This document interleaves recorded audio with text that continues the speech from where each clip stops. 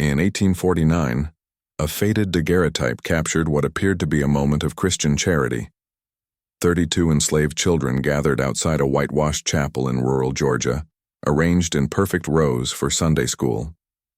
The photograph, preserved in a private collection for over 170 years, showed young faces ranging from ages 5 to 14, dressed in identical rough cotton garments.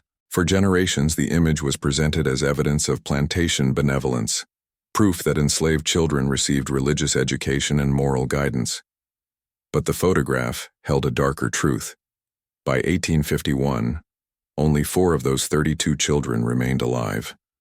The others had vanished from plantation records, their deaths attributed to fever, accidents, or unexplained disappearances. No official investigation was ever conducted.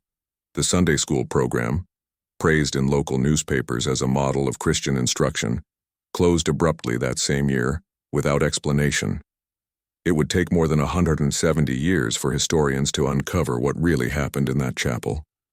Hidden beneath layers of institutional silence, protected by destroyed records and sealed testimonies, lay a story of systematic cruelty that even the darkest chapters of slavery history had failed to fully document. The truth survived only in fragments, coded entries in medical journals, a single preserved letter from a guilt-ridden overseer, and the oral testimony of descendants who carried stories their ancestors whispered in the dead of night. The Sunday school was never about salvation. It was a testing ground for something far more sinister, an experiment that transformed children into subjects and faith into a weapon of control. What began as documented religious instruction became a program that broke bodies and minds with methodical precision, all while maintaining the appearance of Christian charity. When archives finally opened in 2019, revealing correspondence between plantation owners and northern physicians, the scope of what occurred became undeniable. The children weren't being educated, they were being studied, tested, and subjected to medical experiments disguised as moral instruction. The photograph wasn't evidence of mercy, it was a catalog of subjects, each child numbered and documented like livestock in a breeding program. This is the story of what happened behind those chapel doors, pieced together from fragments that powerful forces tried to erase from history. This is the truth about the Sunday school that killed 28 children, and the 4 who somehow survived to tell the tale. Before we continue, subscribe and hit the notification bell. Here we unearth secrets buried by official history and give voice to what was silenced. Chapter 1. The photograph that told no truth. The daguerreotype arrived at the Georgia Historical Society in 2019, donated by the estate of Thomas Whitfield III, whose great-great-grandfather owned the Whitfield plantation outside Macon. The photograph came with a handwritten label dated 1849, Sunday School Class, Christian Instruction Program. 32 children stood in 4 neat rows, their expressions captured in that peculiar stillness that early photography demanded. The youngest couldn't have been more than 5 years old. Museum archivists initially cataloged it as another example of antebellum religious programs, part of a broader documentation of plantation life. But Sarah Chen, a doctoral student researching medical experimentation during slavery, noticed something disturbing in the background. Behind the children, partially visible through the chapel's open door, stood what appeared to be medical equipment: glass bottles, metal instruments laid on white cloth, and what might have been an examination table. Chen cross-referenced the Whitfield plantation records with county death certificates from 1849 to 1851. What she found defied explanation. Of the 32 children identified in the photograph, 28 died within 2 years. The causes listed in plantation records read like a catalog of convenient explanations: flux, fever, fall from height, drowned in creek, snake bite. The deaths occurred at irregular intervals, never in clusters that might draw attention, always with different causes that avoided establishing a pattern. But pattern existed in what was absent. No other enslaved children on the Whitfield plantation died during those same 2 years. The mortality rate for the Sunday school participants was nearly 90%, while children not enrolled in the program survived at normal rates. The statistical anomaly was staggering, yet no contemporary investigation had been conducted. No questions asked. No authorities alerted.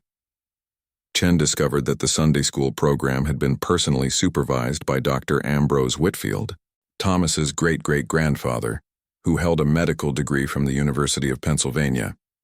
His correspondence, preserved in family papers, revealed connections to prominent northern physicians interested in what they termed physiological research on enslaved populations.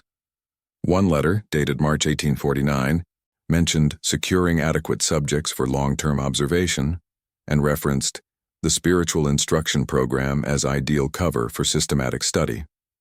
The chapel itself had been constructed specifically for the Sunday school, built in early 1849 and demolished in 1852, shortly after the program ended. No other structure on the plantation was torn down during that period. It was as if someone wanted to erase all physical evidence of what occurred there. Chen found a single notation in Whitfield's personal diary, written in 1851. Project concluded. Results inconclusive, but significant. All documentation transferred to Philadelphia. Chapel to be dismantled. The 4 remaining subjects show remarkable resilience, though permanently altered. No further observation recommended. The 4 survivors had been Julia, age 12, Samuel, age 9, Rebecca, age 11, and Moses, age 8. Their names appeared in subsequent plantation records, but with a curious notation beside each. Sunday school graduate, special notation. Unlike other enslaved children who remained on the Whitfield plantation until emancipation, these 4 were sold separately to different owners across 3 states within months of the program's end. It was a deliberate dispersal, scattering the only witnesses who might remember what happened inside that chapel. Chen's research revealed that none of the 4 survivors left written testimony, but their descendants, located through genealogical records and DNA testing, carried stories passed down through generations. Stories about a Sunday school where children learned to fear the Bible, where religious instruction involved strange medicines and painful examinations, where screams echoed from the chapel at night while plantation overseers stood guard at the doors. The photograph, once seen as evidence of Christian charity, became a memorial to medical atrocity. Each child's face represented not salvation but selection, not education but experimentation. The image that plantation owners had commissioned to document their supposed benevolence had accidentally preserved the only visual record of victims whose suffering was designed to leave no trace. By the time Chen published her preliminary findings, the photograph had been digitally enhanced, revealing details invisible to the naked eye. Several children showed signs of recent injury, bruising around the arms, bandages partially visible beneath clothing, the hollow-eyed expression of chronic pain. One child in the back row had what appeared to be surgical scars on his neck, barely visible in the photograph's resolution. The Sunday school had been praised in local newspapers. The Macon Telegraph called it an exemplary model of Christian stewardship, and noted that Dr. Whitfield's dedication to moral education demonstrated the highest ideals of Southern civilization. Those articles ran while children were dying behind chapel doors, while experiments were being conducted under the guise of religious instruction, while a photograph was being taken that would eventually expose the lie that survived for 170 years. Chapter 2. The Chapel of Screams construction records from 1848 showed that the chapel had been built with unusual specifications. Unlike the simple wooden structure typical of plantation outbuildings, the Sunday school chapel featured thick brick walls, double doors with heavy locks, and windows positioned high enough that anyone inside couldn't see out or be seen from outside. The construction budget, preserved in Whitfield family ledgers, revealed expenses that far exceeded what a simple religious building required. Surgical instruments from Philadelphia, chemical supplies from New York, specialized furniture described only as examination equipment. The chapel sat isolated from the main plantation quarters, positioned at the edge of the property where thick woods provided natural sound barriers. Enslaved workers who participated in its construction later told their children that they'd been ordered to build rooms within rooms, interior walls that created separate chambers inside the single-story structure. One chamber held benches and a pulpit for religious instruction. The other served purposes that construction workers were forbidden to discuss, under threat of severe punishment. Oral histories collected from descendants revealed that the Sunday school program began with legitimate religious instruction. For the first month, children attended actual Bible lessons, learning hymns and prayers under the supervision of a white minister from Macon. Parents of enslaved children initially saw it as one of the rare opportunities for their young to receive any education, even religious education. Some even felt grateful that Master Whitefield seemed to care about their children's spiritual welfare. But the program changed in subtle ways that accumulated into horror. First, Dr. Whitefield himself began supervising the sessions, dismissing the minister and taking personal control of instruction. Then the lessons extended from Sunday mornings to multiple days per week, with children sometimes kept overnight in the chapel. Parents who questioned the changes were told that intensive religious instruction required dedication and that their children were receiving special preparation for salvation. Mary Patterson, a descendant of Rebecca, one of the 4 survivors, preserved her great-great-grandmother's testimony recorded on her deathbed in 1897. Rebecca had been 11 years old when selected for the Sunday school. Her account, transcribed by her daughter, described the progression from religious instruction to medical examination. First weeks we learned prayers and songs like they said. But then Dr. Whitefield started giving us medicine before lessons. Said it would open our minds to God's word. Made us dizzy, made some children see things that weren't there. Then came the examinations. He'd take us one by one to the back room, measure us, write things down in books, give us different medicines, and watch what happened. Some medicines made children violently sick. Some made them sleep for days. Some changed their behavior, made them quiet or strange. Rebecca's testimony continued. The screams started after they began what they called tolerance testing. They wanted to see how much pain we could endure before we broke, said it was testing our faith. Children who cried too much got worse treatments. Children who stayed silent got rewarded with less painful examinations. They were training us to suffer without showing it, measuring how much the human body could tolerate when the mind was given religious instruction to focus on.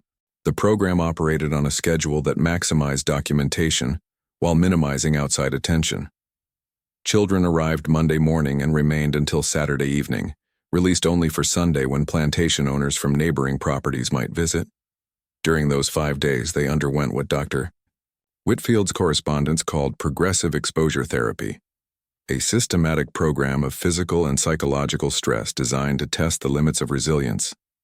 Whitefield's letters to colleagues in Philadelphia described his methodology in clinical detail that made the horror worse for its scientific detachment. One letter, dated October 1849, explained, "Subjects respond variably to extended fasting periods. Those under age 7 show rapid physical deterioration, but maintain surprising mental clarity. Subjects aged 10 to 12 demonstrate greater physical resilience but increased psychological distress.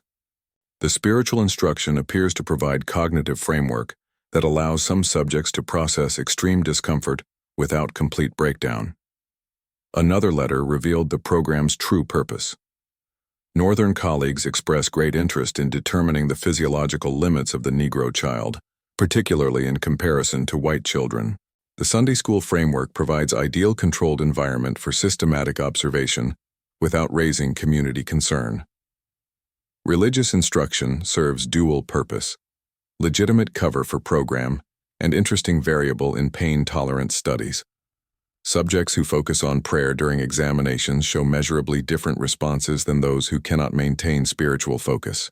The deaths began in autumn 1849, 6 months after the program started. The first child, a 7-year-old named Joshua, died of what plantation records called sudden fever. His body showed signs that his family recognized but couldn't speak about: strange burns on his skin, evidence of forced feeding, weight loss that suggested prolonged malnutrition. But enslaved parents had no authority to demand investigation or autopsy. They buried their children and carried their suspicions in silence, knowing that questioning a white doctor and plantation owner could result in their own punishment or separation from surviving children. The pattern of death accelerated through 1850. Children died at a rate of approximately 1 per month, each death attributed to different causes that avoided establishing clear connection. Drowned in creek, though the child reportedly couldn't swim, and the creek was closely monitored. Fall from height, though the child was known to be afraid of climbing. Snake bite, though the type of snake was never specified and no one witnessed the attack. Descendants' oral histories told a different story. The children who died showed signs of systematic abuse disguised as medical study. They lost weight rapidly despite plantation records showing adequate food rations. They developed strange symptoms that appeared after chapel sessions: seizures, unexplained bleeding, loss of motor control, behavioral changes. Some became unnaturally quiet, others violently agitated. Several stopped speaking entirely. Samuel, another survivor, told his grandson before his death in 1911, "They were testing everything on us. Different medicines, different foods, different amounts of pain. They kept detailed records of everything, how we responded, how long we lasted, what broke us. They weren't trying to save us. They were trying to understand how much we could survive. And when we stopped serving their purpose, we disappeared from the program. Most disappeared permanently." Chapter 3. The Experiment Revealed. Dr. Ambrose Whitfield's medical training had taken place during an era when American physicians actively sought to establish scientific justifications for slavery. Medical schools in Philadelphia and Charleston conducted research designed to prove biological differences between races, research that required live subjects for observation and experimentation. Enslaved people, having no legal protection or rights to refuse medical procedures, became unwilling participants in studies that ranged from surgical practice to drug testing to pain tolerance research. Whitfield graduated from the University of Pennsylvania in 1843, where he studied under Dr. Thomas Morton, a physician known for experiments with anesthesia and pain management. Morton's research questioned whether different races experienced pain differently, a theory that provided convenient justification for the brutality of slavery. If enslaved people felt less pain, the logic went, then harsh treatment wasn't actually cruel. It was simply pragmatic management of a labor force with different physiological capabilities. Whitfield brought these theories back to Georgia, where he inherited his family's plantation in 1847. His correspondence with former professors and medical colleagues revealed his ambition to contribute original research to the field. One letter to Morton, dated January 1849, outlined his proposal. "I have access to adequate subjects for long-term physiological study. The plantation environment provides controlled conditions superior to hospital settings. I propose systematic observation of childhood development under various stress conditions, with particular attention to resilience factors and tolerance thresholds." The Sunday school program was Whitfield's solution to a methodological problem. How could he conduct extended medical experiments on children without raising alarm among the enslaved community or attracting attention from neighboring plantations? Religious instruction provided perfect cover. Southern plantation culture expected owners to provide Christian education to enslaved people, viewing it as part of paternalistic duty. A Sunday school program wouldn't raise questions. It would be praised as evidence of moral responsibility. Whitfield's research journals, discovered in a Philadelphia medical library in 2021, documented the program's progression in disturbing detail. Each child received a subject number and detailed records. The journals tracked physical measurements, behavioral observations, and responses to various interventions. Early entries focused on baseline documentation, height, weight, general health status, temperament, intelligence assessments. Later entries described the experimental protocols. Whitfield tested various medicines on the children, recording onset times, symptom progression, and recovery periods. He documented responses to food deprivation, sleep restriction, and exposure to extreme temperatures. He measured pain tolerance using methods that his journals described with clinical precision. Subject 12 responded to graduated pressure application, with initial vocalization at level 4, loss of consciousness at level 7, recovery period 48 hours with continued physical effects observable for 6 days. The journals revealed that 4 children, designated as control subjects, received different treatment. These were Julia, Samuel, Rebecca, and Moses, the 4 who survived. They underwent the same observations but weren't subjected to the experimental interventions that killed the others. Whitfield's notes explained, Control subjects necessary to establish baseline for comparison. These subjects receive standard medical care and religious instruction without experimental protocols. Survival of control group essential for validating experimental results. This explained why only 4 survived. They weren't survivors by chance or resilience. They were deliberately kept alive to serve as comparison points for the 28 children being systematically subjected to harmful experimentation. The 28 deaths weren't accidents or unexpected complications. They were predictable results of experiments designed to test physiological limits regardless of subject survival. Chen's research uncovered correspondence between Whitfield and Northern physicians that revealed the full scope of coordination. At least 5 major medical schools received reports on the Sunday school experiments. Doctors in Philadelphia, New York, and Boston exchanged letters discussing Whitfield's methodology and findings. Some praised his work as groundbreaking research into racial physiology. Others expressed mild concern about his methods, but never moved to stop the program or report it to authorities. One letter from a Boston physician, dated November 1850, read, "Your findings regarding pain tolerance variations are fascinating, though I confess some discomfort with your methodological approach. Perhaps future studies might employ less aggressive protocols.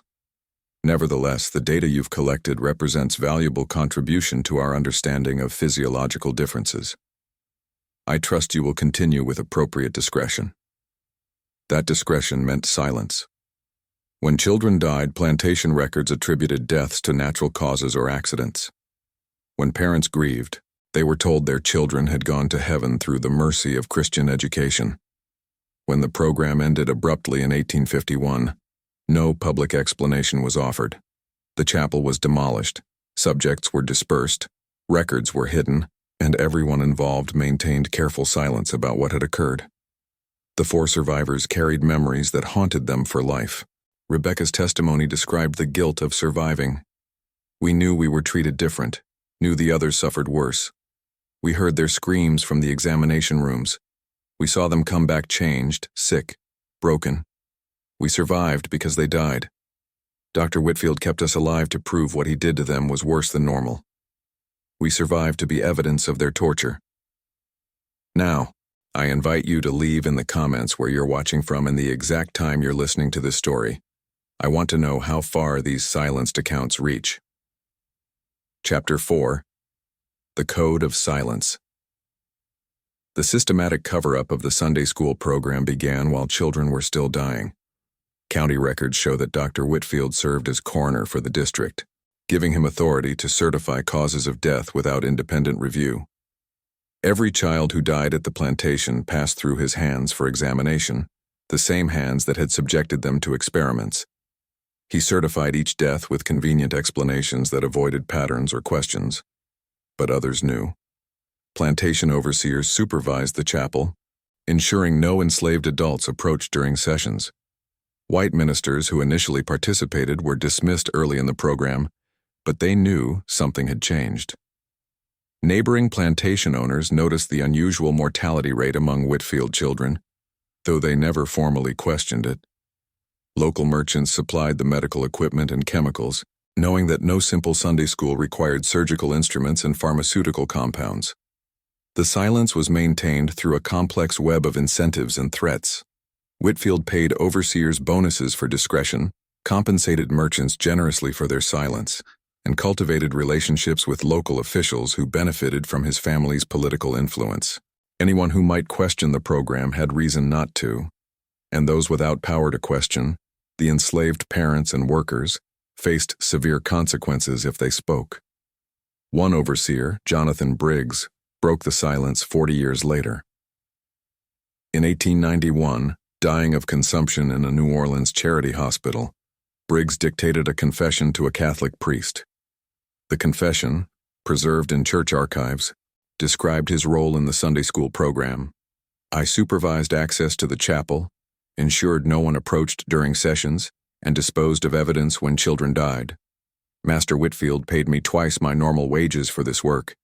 He told me the experiments were for medical science, that they would help establish truths about the Negro race that would benefit Southern society. I believed him, or told myself I believed him.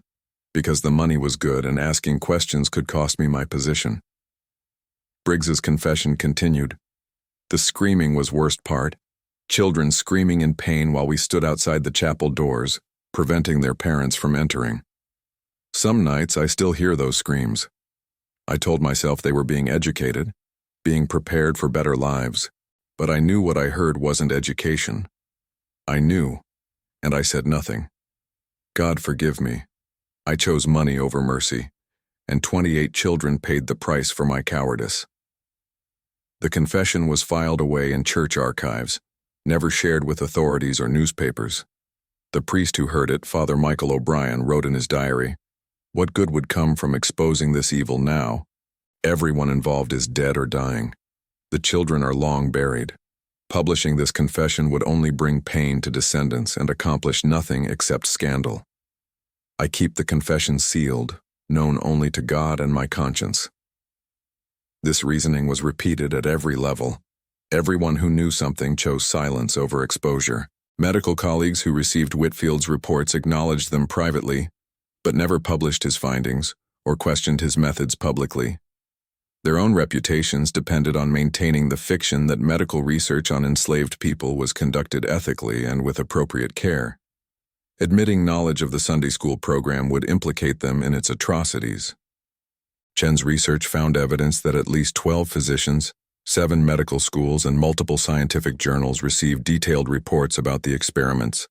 None published the findings. None reported concerns to authorities.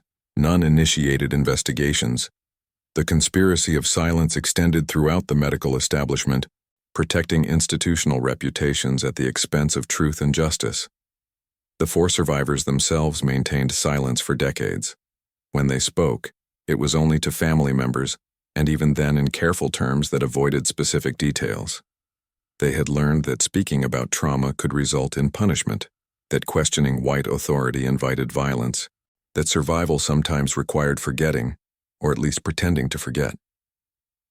Julia, the oldest survivor, died in 1899 without ever providing detailed public testimony about the Sunday school.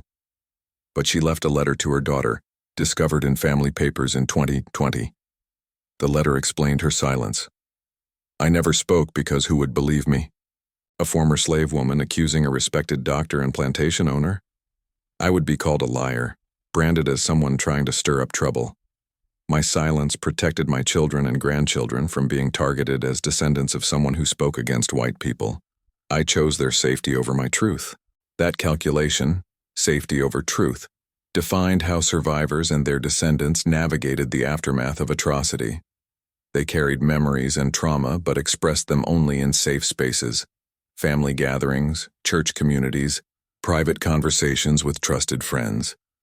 The broader public narrative remained unchanged. The Whitfield plantation was remembered as a well-managed property where enslaved people received Christian education. Dr. Whitfield was remembered as a respected physician and community leader. The Sunday school was remembered as evidence of enlightened slavery, if it was remembered at all. Local historical societies in Georgia maintained this narrative well into the 21st century. Plantation tours described the Sunday school program as an example of complex antebellum relationships and religious instruction that improved the lives of enslaved people. Tour guides mentioned the chapel without explaining why it was built with such unusual features or why it was demolished so quickly. They showed the 1849 photograph as evidence of benevolent treatment, never mentioning that most of the children pictured died within 2 years. The silence was institutional, cultural, and deliberate. It served multiple purposes: protecting white families from association with atrocity, maintaining myths about benevolent slavery, avoiding difficult questions about medical ethics, and preventing conversations about systematic racism embedded in American institutions. The Sunday school program was erased not through accident or forgetfulness, but through active, sustained suppression of truth. When Chen began publishing her research in 2020, she faced resistance from multiple directions. Historical societies questioned her methodology, descendants of the Whitfield family disputed her findings, and some academics argued that she was imposing modern ethical standards on historical contexts that operated under different norms. The same forces that maintained silence for 170 years mobilized to defend that silence against historical reckoning. But Chen persisted, supported by descendants of the survivors who decided their ancestors' silence had lasted long enough. They provided oral histories, family documents, and DNA evidence that corroborated the historical record. They demanded that the Sunday school program be acknowledged not as unfortunate medical research, but as systematic torture and medical experimentation on children who had no power to refuse, no protection under law, and no voice in history until their descendants chose to speak for them. Chapter 5. The Four, who remembered Julia, Samuel, Rebecca, and Moses, were sold away from the Whitfield plantation between March and August 1851, within months of the Sunday school program's closure. The timing was deliberate.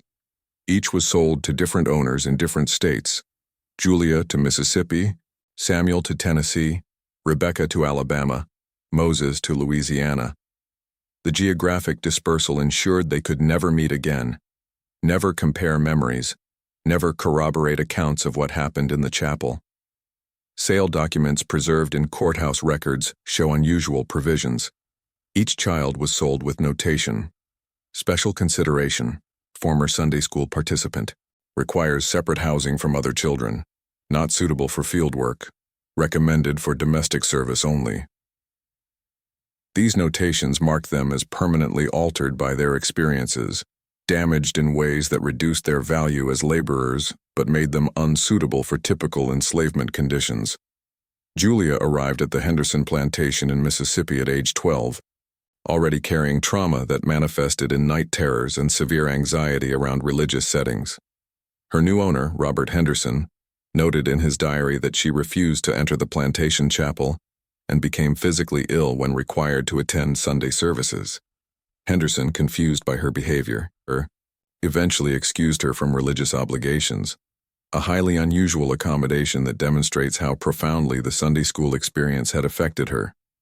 Julia married at 16 and had 7 children, none of whom she allowed to attend religious instruction or Sunday school programs. Family records show she was fiercely protective of her children, refusing to let them out of her sight for extended periods. She taught them to be suspicious of white doctors and to never volunteer for any programs that promised education or betterment. Her descendants describe her as loving but haunted, carrying grief that she couldn't fully explain even to her own children. Samuel ended up on a tobacco farm in Tennessee, where he worked as a stable hand until emancipation. His owner, Thomas Crawford, noted that Samuel was intelligent and learned quickly, but had disturbing habits. He counted things obsessively, arranged objects in precise order, and became agitated if routines were disrupted. These behaviors, likely trauma responses to the controlled environment and systematic abuse of the Sunday school, marked him as strange in the eyes of other enslaved workers. After emancipation, Samuel stayed in Tennessee and worked as a blacksmith. He married but had no children. Family history suggests he chose not to have children because he feared passing on trauma or exposing them to dangers he couldn't protect them from. He spoke very little about his childhood, telling his wife only that bad things happened in Georgia and refusing further discussion. He died in 1911, taking most of his memories with him. Rebecca's sale to Alabama placed her with the Morrison family, wealthy plantation owners who employed her in domestic service. She was considered a skilled worker and eventually became a house manager, responsible for supervising other enslaved workers. But her trauma expressed itself in control behaviors. She insisted on precise schedules, became extremely anxious when plans changed, and had severe reactions to anyone touching her without permission. Rebecca was the most willing to speak about the Sunday school, though only in her final years. Her daughter transcribed her testimony in 1897, just weeks before Rebecca died. The testimony provided the most detailed survivor account of what occurred in the chapel, describing the medical examinations, experimental treatments, and systematic abuse that the program involved. Rebecca explained that she spoke because the truth should not die with me. Those children deserve to be remembered for what was done to them, not forgotten like they never existed. Moses, the youngest survivor at age 8, adapted differently. Sold to a Louisiana sugar plantation, he was eventually moved to domestic service when his owner recognized that field work triggered severe psychological distress. Moses learned to read and write, unusual for enslaved children, and kept a private journal that was discovered by his descendants in the 1970s. The journal contained cryptic references to the Sunday school, dreamed of the chapel again, the medicines, the examinations, the screaming. Will these memories ever release me? Moses's journal also revealed survivor guilt that haunted him throughout his life. Why did I survive when Joshua died? When Sarah died? When Marcus died? I was not stronger or better. I was chosen to live while they were chosen to die. Dr. Whitefield called us his control subjects, said we proved that the others suffered worse. I survived to document their torture. I carry their deaths as permanent weight. After emancipation, all 4 survivors struggled to build lives while carrying trauma that had no name and no treatment. Julia developed severe anxiety disorders. Samuel isolated himself from community connections. Rebecca became controlling to the point of alienating family members. Moses battled depression that his journal documented with heartbreaking honesty. None received what we would now call mental health treatment. None had access to therapy or counseling that might have helped process their experiences. They survived physically but carried psychological wounds that never fully healed. Their children and grandchildren noticed patterns that seemed inherited. Heightened anxiety around authority figures, mistrust of medical professionals, resistance to any programs that promised help or improvement. Descendants described how trauma passed through generations, affecting family members who never experienced the original events but inherited behavioral responses and emotional patterns shaped by them. When Chen located descendants of all 4 survivors in 2020, she found family trees marked by these patterns. Julia's descendants included multiple people who avoided medical care until emergencies forced them to seek treatment. Samuel's descendants showed unusually high rates of anxiety disorders and social isolation. Rebecca's descendants reported family cultures of hypervigilance and control. Moses's descendants struggled with depression at rates significantly higher than population averages. These patterns suggest that trauma from the Sunday school program affected not just the 4 survivors but multiple generations of their families. The evil that Dr. Whitefield inflicted in 1849-1851 rippled forward through time, damaging people who weren't born until decades or centuries later. The full cost of those experiments can never be calculated because the harm extended far beyond the 28 children who died and the 4 who survived. In 2023, descendants of the 4 survivors gathered for the first time, brought together by Chen's research. They met in Macon, Georgia, near the site where the Whitefield plantation once stood. They shared family stories, compared experiences, and recognized patterns that connected their separate family histories. For many, it was the first time they understood that their family's struggles weren't isolated, but connected to historical trauma that had been deliberately hidden and denied. The gathering included a memorial service for the 28 children who died. Descendants read the names of those who could be identified from plantation records, honoring them as victims of medical atrocity, who deserved recognition and remembrance.